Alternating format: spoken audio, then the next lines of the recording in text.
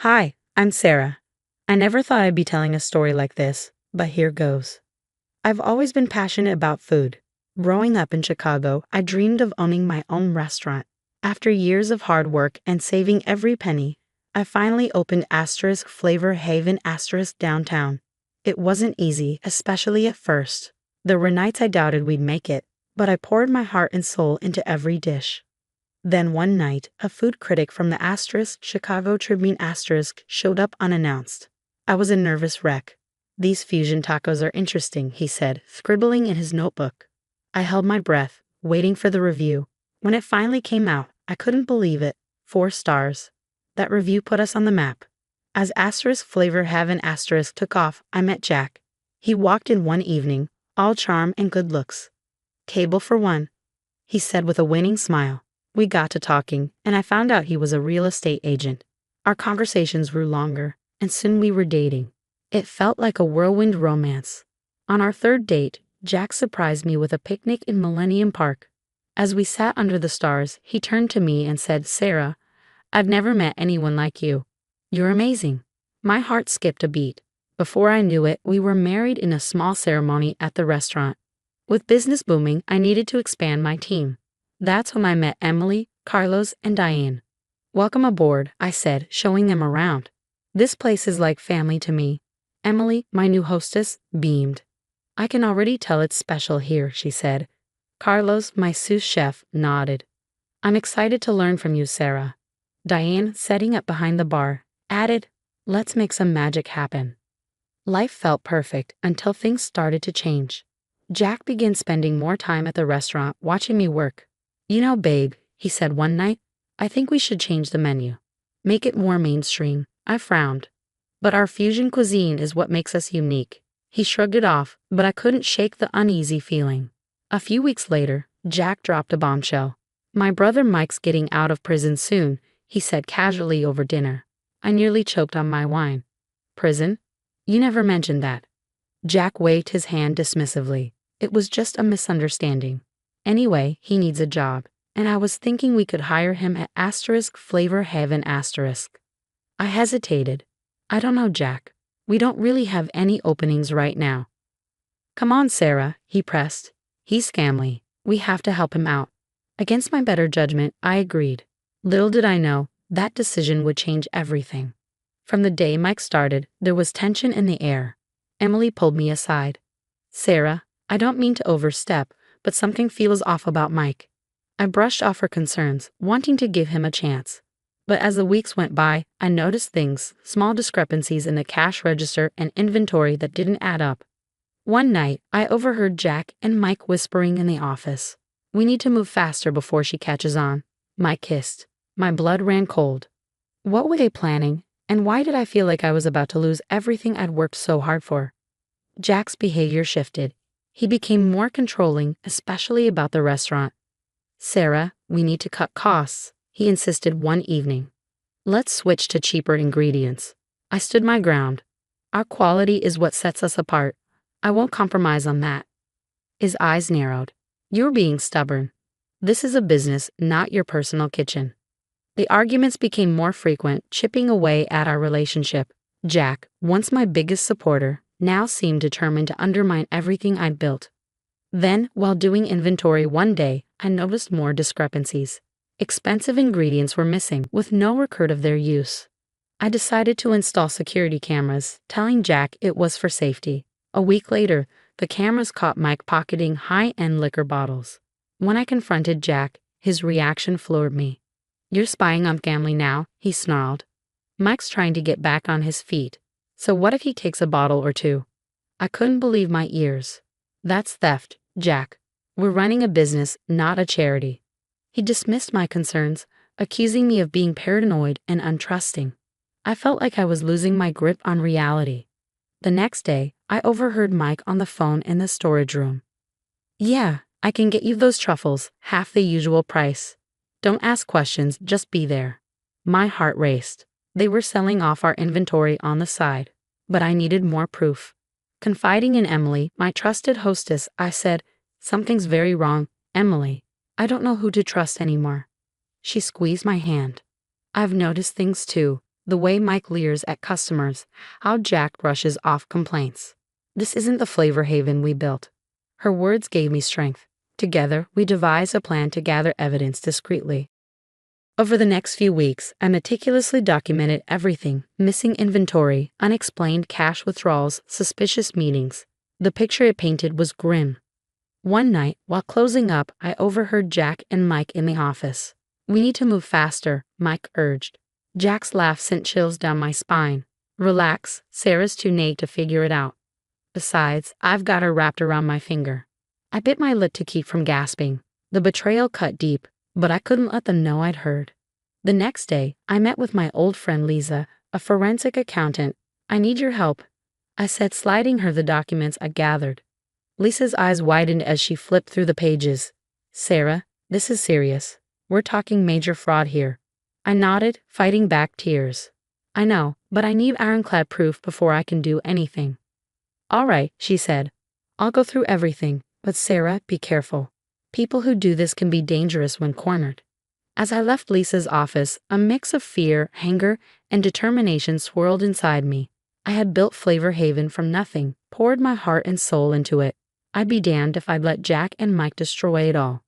That night, as Jack slept beside me, I stared at the ceiling, my mind racing. I knew the road ahead would be tough, but I was ready to fight for my restaurant, for my dream, and for myself. Little did I know, the real battle was just beginning. For weeks, I continued gathering evidence, each new discovery weighing heavy on my heart. The numbers didn't lie. Jack and Mike had been systematically embezzling from Flavor Haven. My own husband was stealing from the dream we had built together. One night, I decided to confront Jack.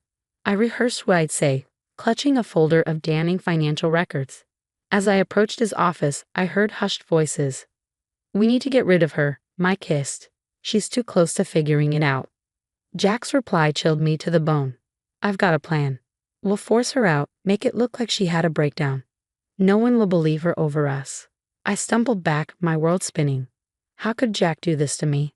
Later that evening, I tried to act normal as we closed up the restaurant, but Jack must have sensed something was off. "You've been quiet," he said, his eyes narrowing. "Something on your mind, babe?" I took a deep breath. "Jack, I know what you and Mike have been doing." His face darkened. "What are you talking about?" "The embezzlement. The fraud. I have proof." For a moment, silence hung heavy between us. Then, without warning, Jack's hand struck my face. The force sent me stumbling backward. "You stupid," he snarled, advancing on me. "You think you can threaten me?" I tried to run, but he caught my arm, twisting it painfully. "This restaurant is mine now. You're done here." Fear and adrenaline surged through me. I fought back, clawing at his face.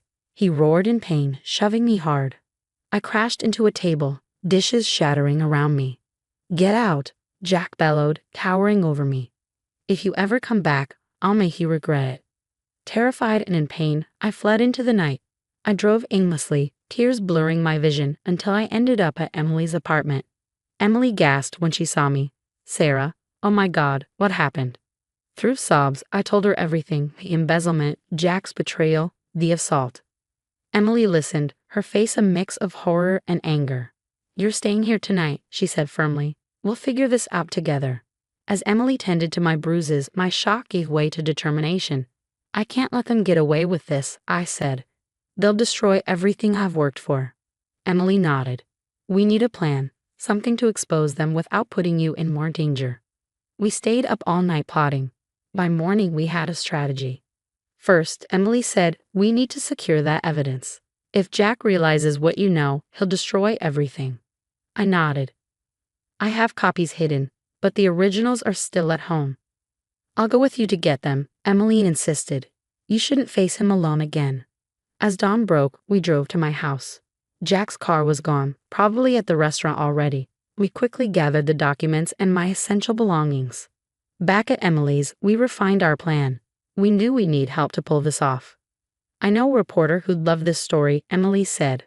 I nodded, a flicker of hope igniting within me for the first time since the assault. "And Lisa," I added. "She's already digging into the finances." "Perfect," Emily replied with a determined smile. "Let's take these bastards down." As we began making calls and putting our plan in motion, I felt a rush of both fear and resolve. Jack had underestimated me, thought he could bully me into silence. But he didn't know how strong I really was.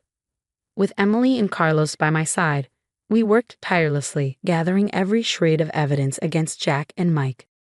There were late nights poring over documents, secretly recording conversations. It was draining, but it was necessary.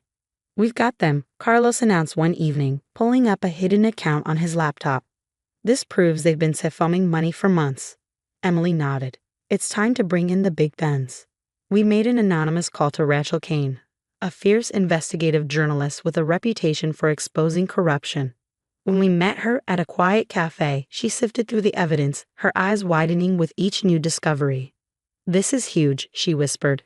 "It's more than just your restaurant, Sarah. Jack's real estate dealings. There's a pattern here." While Rachel dug deeper into the wider web of Jack's crimes, I focused on healing. The bruises faded, but the emotional scars took longer. I started therapy, learning to trust myself again. One day, Emily suggested, "Why don't you start catering? You can use your talents without the pressure of owning a full restaurant." The idea took root. I called my new business Phoenix Flavors, a nod to rising from the ashes of my old life. My first event felt terrifying. What if I'd lost my touch? But Emily reassured me with a squeeze of her hand. "Impossible. Cooking is in your soul, Sarah." And she was right. The event was a hit. Word spread, and soon Phoenix Flavors was booked solid. Months later, while prepping for a big corporate lunch, my phone buzzed with notifications. Rachel's expose had dropped. The story was devastating. Jack and Mike's fraud was far-reaching, involving fake real estate deals and embezzlement across multiple businesses. I watched, stunned, as Jack was led away in handcuffs on live TV. He had lost everything: his license, his reputation, his freedom. Mike, already on thin ice, was sent back to prison for violating parole. Flavor Haven, mismanaged and tainted by scandal, declared bankruptcy soon after. As Phoenix Flavors continued to flourish, I received an unexpected call. The bank wanted to know if I was interested in buying back the Flavor Haven space. For a moment, I was tempted, but then I realized a chapter of my life was closed. "No," I said firmly. "I'm moving forward." 6 months later, I catered the governor's charity gala.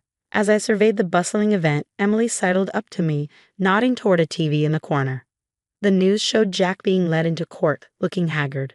The ticker at the bottom read, "Local businessman sentenced to 15 years for fraud." A wave of relief, vindication, and peace washed over me. "You did it, Sarah," Emily said softly. "You won." I looked around at my team, Emily, Carlos, and the new faces who had joined us. The guests were enjoying my food, and the future stretched out before me, full of possibility. "No," I smiled, raising my glass. "We did it together."